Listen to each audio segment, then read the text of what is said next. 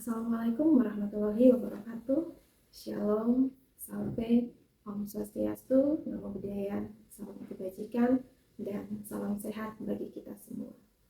Bapak Ibu, tim penilai sertifikasi dosen gelombang 1 tahun 2025, perkenalkan nama saya Dina Melanika Sintike Henu dengan nomor induk dosen nasional 0818069401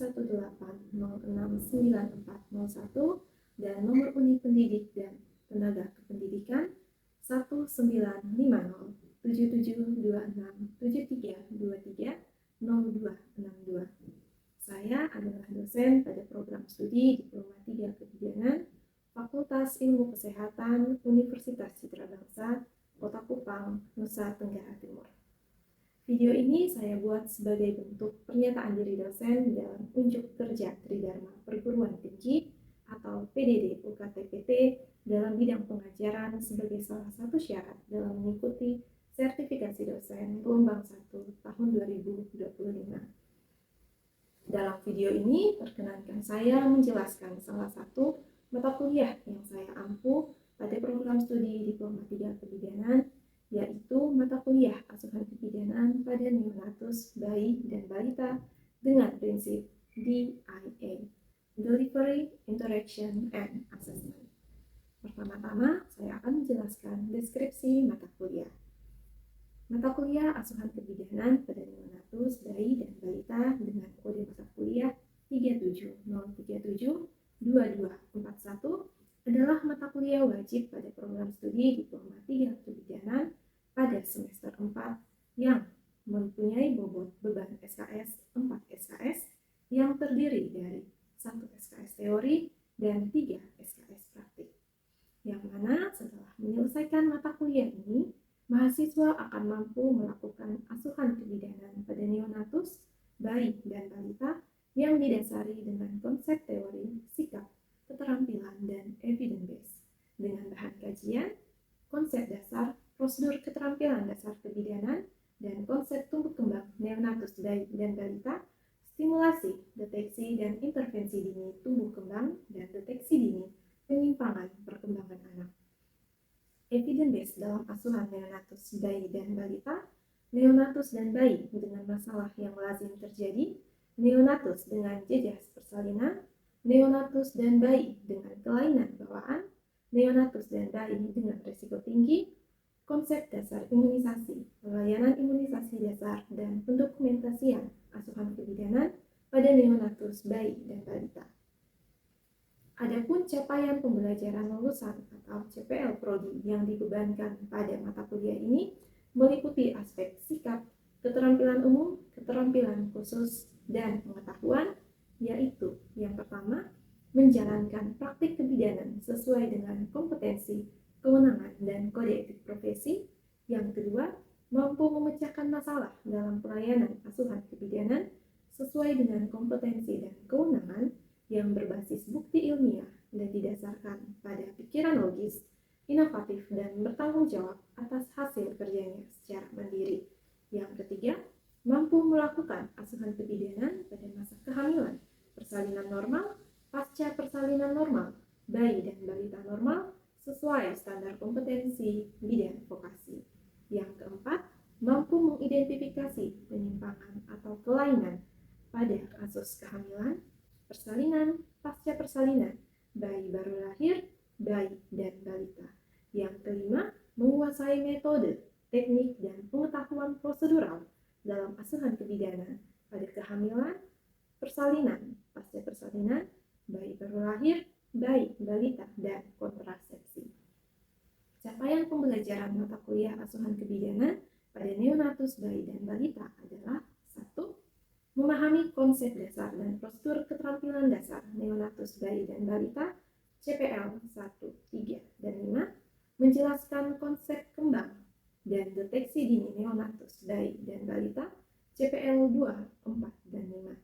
3. Mengidentifikasi neonatus dan bayi dengan masalah yang lazim terjadi, jejas persalinan, kelainan bawaan, dan risiko tinggi CPL 1 dan 4. Yang keempat, melakukan pelayanan imunisasi dasar CPL 2, 3, dan 5. Dan yang kelima, melakukan pendokumentasian Pengoperasian Asuhan Kebidanan pada Neonatus Bayi dan Balita CPL 1 dan 3.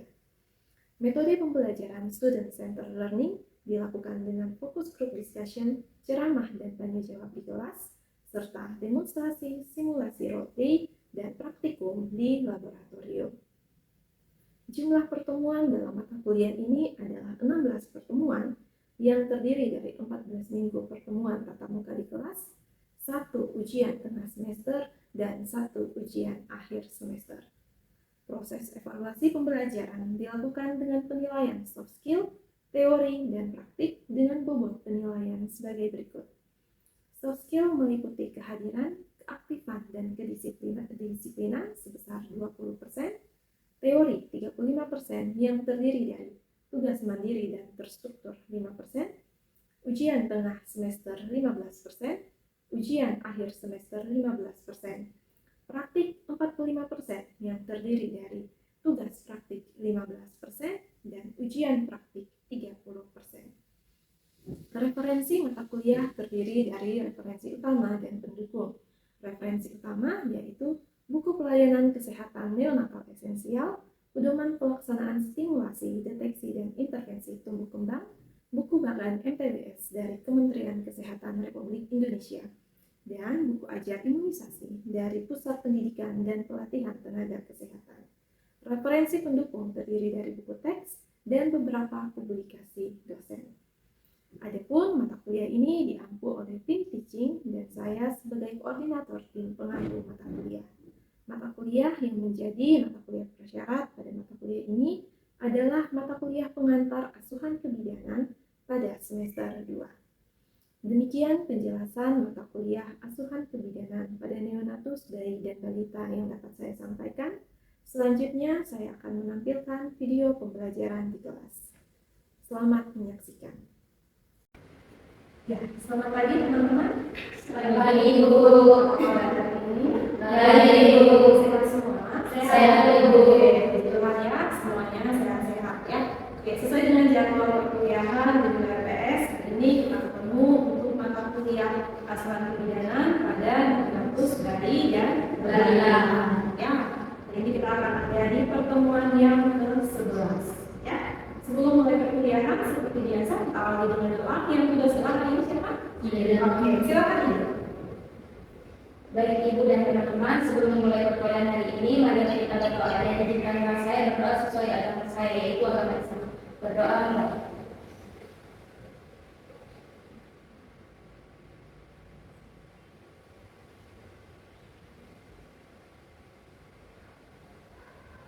Berdoa selesai. Oke, terima kasih Tiara.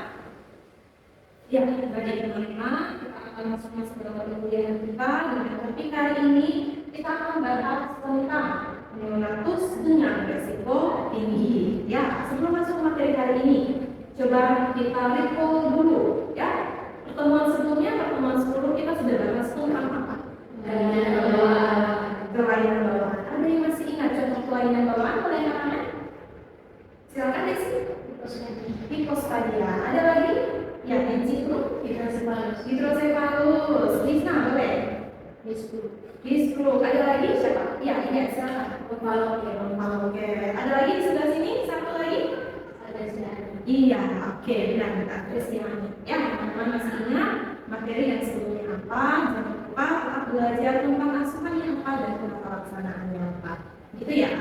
Dan hari ini teman-teman kita akan belajar tentang neonatus dengan resiko tinggi. Sudah baca baru belajar di malam?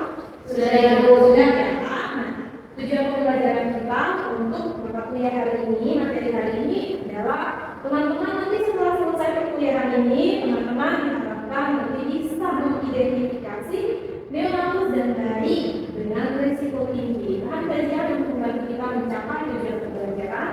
Kita akan belajar tentang asuhan dan juga penata laksanaannya seperti apa. Ketika nanti teman-teman sudah jadi bidan, kita menemukan kasus bayi dengan resiko tinggi. Ya. Nah, teman-teman ini ada beberapa poin mengenai bayi dengan resiko tinggi yang akan kita bahas. Ya. Yang pertama mengenai BBLR dan beberapa poin selanjutnya. Khusus untuk hari ini kita akan bahas dulu poin pertama, yaitu BBLR.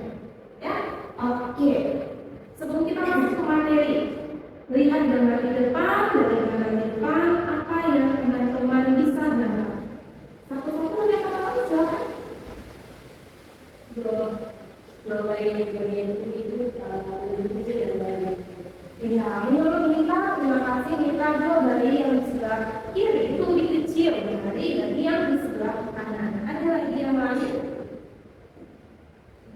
Boleh disilakan. Ada 2 bayi kurus dan kemudian Terima kasih Desi. Menurut Desi ada 2 bayi yang mereka lebih kurus dan 1 bayi yang lebih ramping gitu. Ya, nah, gambaran dari 2 bayi ini bisa kita katakan BBL ya. Namun dengan ada beberapa kondisi khusus. Ya, nah teman-teman ini adalah pengertian atau definisi dari BBLF. BBLF itu bayi yang belum lahir, ya, yang setelah kita melakukan penimbangan berat badan, kita menemukan bahwa berat badannya kurang dari 2.500 gram. Kapan kita melakukan penimbangan pada berat badan bayi baru lahir? Teman-teman ingat kembali mengenai langkah pertolongan persalinan, ya. Untuk persalinan setelah bayi lahir, kita melakukan penilaian sepintas terhadap kondisi atau keadaan tubuh bayi secara sepintas. Bayinya harus bagaimana? Menangis suat, apalagi kulit kemerahan, apalagi terus otornya begitu. Setelah itu kita bisa meletakkan bayi di atas perut ibu, kita gunting jadi potong rusak, ya. Kemudian bayi kita lanjutkan dengan IMD. Setelah 1 jam IMD, apa yang kita buat? Kita bawa bayi ke mana? Oke, benar ya. Jadi setelah bayi sudah melakukan IMD sampai 1 jam, kita minta izin ke orang tua ibunya. Kemudian kita bawa bayi untuk dilakukan pemeriksaan fisik dan juga ada beberapa asupan lainnya, ya, termasuk pemberian sabuk mata dan juga suntik vitamin K. Nah, ketika kita melakukan pemeriksaan fisik, salah satu pemeriksaan yang kita lakukan itu adalah pemeriksaan antropometri, yaitu timbang berat badan. Nah, ketika kita melakukan timbangan berat badan dan berat bayinya ada di bawah 2.500 gram, kita bisa klasifikasikan bayi ini mengalami resiko tinggi yaitu BBL. Nah, ini adalah klasifikasi BBL. Ada 3 klasifikasi BBL. Ya, teman-teman sudah sempat baca tadi malam? Sudah. Oke, pasti sudah tahu kalau begitu ya, sudah punya gambaran klasifikasi BBL. Ya, nah, oke, baik teman-teman, ini adalah klasifikasi BBL ada 3, yaitu berat badan lahir rendah kurang dari 2.500 gram, kemudian berat badan yang lahir sangat rendah kurang dari 1.500 gram, kemudian yang ketiga berat badan yang lahir yang baik itu ekstrim rendah, yaitu kurang dari 1.500 gram. Ya, nah ini harus kita lihat dari baik-baik ya. Nah, jika kita melakukan pengukuran berat badan, kemudian ada masuk dalam klasifikasi ini harus kita lihat baik-baik karena masuk dalam diagnosis. Ya, misalnya ini kasus setelah menolong persalinan, kemudian teman-teman diberikan tugas untuk melakukan pemeriksaan. Hasil timbangan berat badannya ada angka 1.200 gram. Yang bisa klasifikasinya boleh anak-anak? Nenci, silakan. Masuk ke klasifikasi yang mana? 1.200 gram. berat badan yang sangat rendah. Oke, berat badan yang sangat rendah. Bagaimana teman-teman? Setuju? Setuju. Oke. Satu lagi kasus misalnya ketika teman-teman sudah menolong persalinan, kemudian pemeriksaan fisik, timbang bayi, gitu kan? Kemudian berat lahirnya adalah 2.400 gram. Masuk di yang mana? Berat badan yang rendah. Ya, berat badan lahir rendah. Ya, kenapa tidak masuk ke BBLSR? Karena BBL kurang dari 1.500 gram. Baik, ini nampaknya kita bisa lihat dari hasil penimbangan berat badan. Sudah mengerti sampai poin ini? Sudah bisa dijelaskan klasifikasi ketika teman-teman menemui kasus BBLF? Sudah. Oke, berikutnya adalah etiologi BBLF. Ya, ada banyak faktor penyebab kenapa ini bisa terjadi BBLF atau faktor yang meningkatkan risiko kejadian BBLF. Ya, mulai dari faktor ibu kehamilan sampai dengan janinnya sendiri. Nah, yang pertama faktor ibu ada di sisi saat hamil, kemudian usia ibu berada pada rentan, tidak dalam rentan usia reproduktif sehat, ya. Dan kemudian yang terakhir penyakit menular berkaitan dengan gizi. Ketika ibunya mengalami kondisi kurang gizi, ya, atau misalnya kurang gizi itu seperti apa? kekurangan energi kronis ya teman-teman. Untuk IMT ibunya sebelum kehamilan ternyata masih kurang nih IMT-nya, tidak berada dalam batas normal ya, itu akan memungkinkan atau meningkatkan faktor risiko terjadinya BBB ya. Usia reproduksi sehat, masih ingat kan usia reproduksi sehat berapa? Ya di sana kan? Siapa? Di Ada 20 sampai 30. Oke, di 20 tahun, 35 tahun, di atas, di bawah, atau seperti apa? Ada yang bisa bantu kita untuk koreksi? Ada yang bisa bantu koreksi? Bagaimana? Oke, silakan Desi. Di atas 20 tahun, 25 tahun. Di atas 20 tahun, di bawah 35 tahun. Itu usia reproduksi sehat. Kalau misalnya di bawah dari 20 tahun, artinya usia reproduksinya kita belum bisa kategorikan dalam usia reproduksi sehat ya. Karena dalam masa ini organ reproduksi itu masih berkembang ya. Begitu juga dengan deteksi keturunan ya, sudah meningkatkan faktor risiko. Salah satunya adalah terjadinya BBB.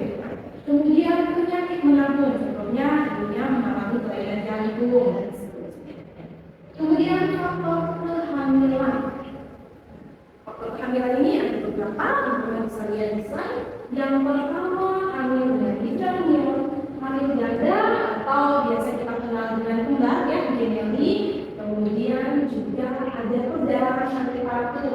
Misalnya ibunya mengalami sebagai pasien. Kemudian komplikasi ketika hamil ya, misalnya ibunya mengalami preeklamsi atau KPD. Apa pelajaran dari KPD? Ada yang tahu ya? Kebetulan terjadi. Ini ya benar sekali ya. Kebetulan terjadi. Ini juga bisa meningkatkan resiko atau menjadi salah satu etiologi dari BBB. Yang berikutnya faktor janin ada dua. Yang bawaan kita sudah belajar ya kemarin ya, pertemuan sebelumnya. Ya, kalian bawaan ada di dalam itu apa saja ya. Dan kemudian adalah infeksi dalam hati. Nah, teman-teman ini adalah gambaran secara klinis ya.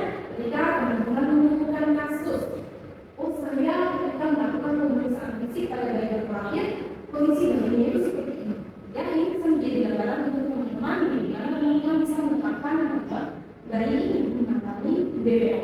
Ya, sama seperti pengertian sebelumnya di definisi yang tadi kita sudah bahas di slide awal, bahwa ketika kita melakukan pengembangan pada bayi, kita hanya berfokus untuk masuk dari awal ya, kita hanya berfokus pada beban pada usia gestasional, usia kehamilan tidak turun kemana-mana. Ya, dia meningkatkan resiko tetapi tidak meningkatkan. Ya, manifestasi klinisnya mulai dari berat badan, panjang badan, bentang badan, bentang kepala, ya. Kemudian usia kehamilan, kepalanya seperti apa, sampai dengan pernapasan dan juga frekuensi dari nadinya. Ini bisa menjadi catatan dari teman-teman ketika teman-teman melihat gambaran secara umum manifestasi klinis dari bayi yang lahir dengan berat badan larut meningkat. Ya. Oke, poin tata laksana. Bagaimana sebenarnya bisa kita berikan ketika nanti kita sudah jadi sekarang teman-teman di sekolah, setelah ini sekarang sudah semester 4 ya. Iya. Tinggal 2 semester lagi teman-teman sudah siap untuk jadi bidan. Ya. Nanti ketika sudah jadi bidan, kemudian teman-teman mendapatkan kasus timbang berat badan bayi. Ternyata berat badan bayinya ketika lahir itu ternyata kurang dari 2.500 gram. Apa yang bisa teman-teman lakukan? Ya, karena ini masuk dalam dari resiko tinggi. Yang mempunyai resiko. Ya, yang pertama adalah harus memastikan suhu tubuh bayi itu ada dalam batas normal. Karena cenderung sekali bayi baru lahir mengalami yang namanya hipotermi. Ya, suhu normal itu berapa? Ada yang bisa ingat suhu normal berapa? Iya, benar. 36,5. Oke. Nah, kalau misalnya ada di bawah suhu normal, berarti cenderung akan mengalami hipotermi. Berisiko sekali ya jika bayinya mengalami hipotermi. Apalagi bayi baru lahir itu dan bayi baru itu cadangan lemaknya sedikit. Ya, kemudian permukaan kulitnya, permukaan tubuhnya cukup luas, tidak cenderung mengalami kehilangan. Baik itu dari konveksi atau dan seterusnya. Nah, bagaimana caranya? Kita perlu menjaga kehamalan terbaik. Salah satu yang bisa kita lakukan adalah rawat dalam inkubator. Tahu apa itu inkubator? Sudah praktik menggunakan inkubator? Sudah. Ya, berarti ada inkubator, teman-teman sudah praktik, sudah tahu bagaimana menggunakan inkubator. Ya, nah kemudian misalnya ketika teman-teman ada di kondisi, karena kita di NTT ya ada beberapa fasilitas pelayanan kesehatan yang belum cukup memadai, namun misalnya ada kejadian teman-teman menemukan kader PDLN, teman-teman bisa mengaplikasikan materi sebelumnya mengenai termoregulasi, bagaimana menjaga keberkatan. Salah satunya dengan memberikan dulu, gitu ya. Masih ingat kok memberikan dulu yang seperti apa? Masih ya. Nah, sudah praktek juga ya kita ya. Nah, salah satunya juga bisa kita lakukan dengan hal tersebut. Ya, yang kemudian berikutnya adalah pencegahan infeksi. Pencegahan infeksi itu yang seperti apa? Teman-teman harus pastikan bahwa tali pusat darinya itu tetap bersih. Ya, mencegah dari infeksi. Tidak boleh dihubungi apapun dan seterusnya. Dan kemudian yang terakhir adalah karena dia cepat kehilangan panas tubuh, dia membutuhkan kalori yang banyak untuk bisa mengatur suhu tubuhnya dengan baik. Ya, kalau kemampuannya masih belum sesempurna kita yang sudah dewasa. Ya, caranya adalah dengan memperhatikan intake nutrisi. Ya, nutrisi apa yang bisa kita berikan pada bayi baru lahir? ASI. Nah, kita bisa memberikan ASI, ya, ASI eksklusif. Ya, ASInya kita berikan pada bayi multivitamin sesuai dengan kebutuhan dari bayi tersebut. Ya, oke. Ini adalah masalah untuk BBLF. Ya, ada beberapa masalah. Inspirasi mekonium yang masuk paru-paru akhirnya kolaps. Nah, itu menjadi salah satu masalah. Kemudian HB tinggi dan sering diikuti dengan terus ini adalah kondisi di mana ada bilirubin yang mendarat untuk meningkat. Ya, nah khusus untuk ITERUS akan kita bahas di pertemuan selanjutnya karena dia masuk dalam salah satu kondisi dari mengalami resiko ini. Ya, dan kemudian hipogliksemia. Hipogliksemia ini kondisi di mana ada gula darah, darahnya itu ya, dia turun, dia menjadi hipo, ini dia turun, sama seperti tadi sebelumnya hipotermi, suhu tubuhnya berlebihan, ya ini seperti itu ya. Kemudian ada lain seperti ekspeksia, kemudian perdarahan, demam dan sebagainya. Nah, menyangkut dengan hal ini ya teman-teman masalah BBLF, kita adalah teman-teman berdasarkan bahan bacaan buku ya teman-teman bisa lihat di LPS itu mendukung untuk mata kuliah ini itu ada beberapa jurnal, salah satunya adalah jurnal yang sudah saya terbitkan bersama dengan Google ya, jurnal penelitian itu salah satunya berkaitan dengan kondisi berat badan dari neurokir itu dia akan meningkatkan resiko kejadian stunting. Ya, nanti teman-teman boleh cek kembali di LPS, di ada alamatnya teman-teman boleh baca. Ya, jadi benar-benar ketika kita mendapatkan pasien yang mengalami BBL ya, itu perlu kita kondisikan dengan sangat baik. Kenapa pesanan yang kita lakukan harus tepat dan benar sehingga meminimalkan risiko yang terjadi. Ya, apa itu stunting?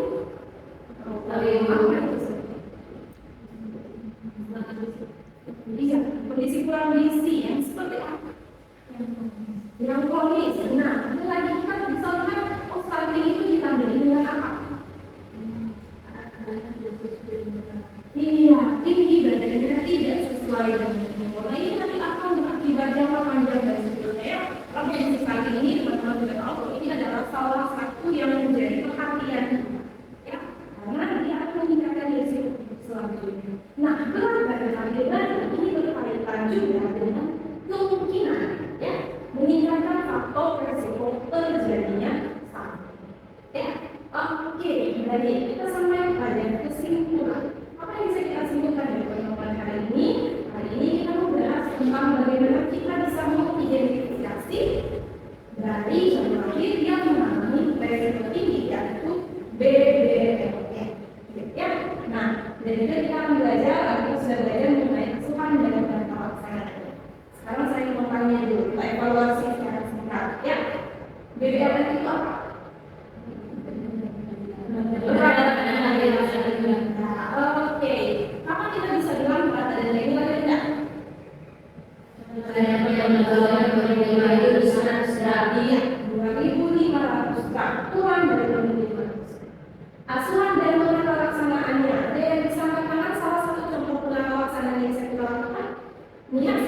jaga suhu badan dan tetap aman. Jaga suhu badan tetap aman. Ada lagi? Tidak silakan. Oke, timbang berat badan itu kita masuk dalam bagaimana kita bisa mengidentifikasi. Oke, ada lagi? Pencegahan infeksi. Pencegahan infeksi. Ya, benar. Oke, ada yang perlu didiskusikan yang materi hari ini? Pas. Ada yang ditanyakan? Oke, baik. Terima kasih ya hari ini. Dan ini ada tugas teman-teman untuk hari ini, ada tugas yaitu teman-teman belajar literatur jurnal mengenai BBLN. Ya, setelah itu teman-teman akan berverifikasi. Ya, pas tugas ini sudah ada link, bisa diakses. Kemudian tugasnya disubmit ke. Ada yang ditanyakan? Oke, kita tunggu di pertemuan selanjutnya. Tugasnya ada di Oke ya. Oke, baik, ini materi pertemuan selanjutnya kita akan masih bahas tentang resiko tinggi. Ada 2 poin yaitu sindrom gangguan pernafasan dan diabetes. Ya, silakan boleh dibaca. Ya. Nah, demikian teman-teman materi hari ini. Masih ada kok yang boleh didiskusikan sebelum kita pada Oke, kalau begitu kita akan akhiri dengan doa. Silakan, Ida ya. Silakan. Baik Ibu dan teman-teman, sebelum pulang marilah kita berdoa. Dan ditunjukkan saya berdoa sesuai agama saya, yaitu akan bisa berdoa.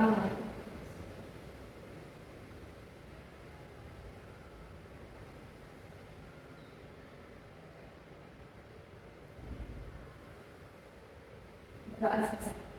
Terima kasih Ida, terima kasih teman-teman semua. Sampai di sini pertemuan kita hari ini. Kita ketemu di pertemuan selanjutnya. Ya, selamat pagi.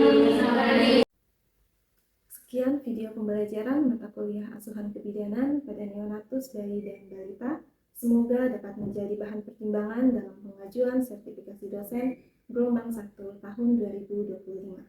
Saya mengucapkan terima kasih yang sebesar-besarnya kepada Bapak Ibu dan penilai dan panitia sertifikasi dosen 2025. Demikian yang dapat saya sampaikan. Wassalamualaikum warahmatullahi wabarakatuh. Shalom, salve, Om Santi Santi Santi Om. Namo Buddhaya, salam kebajikan dan salam sehat bagi kita semua.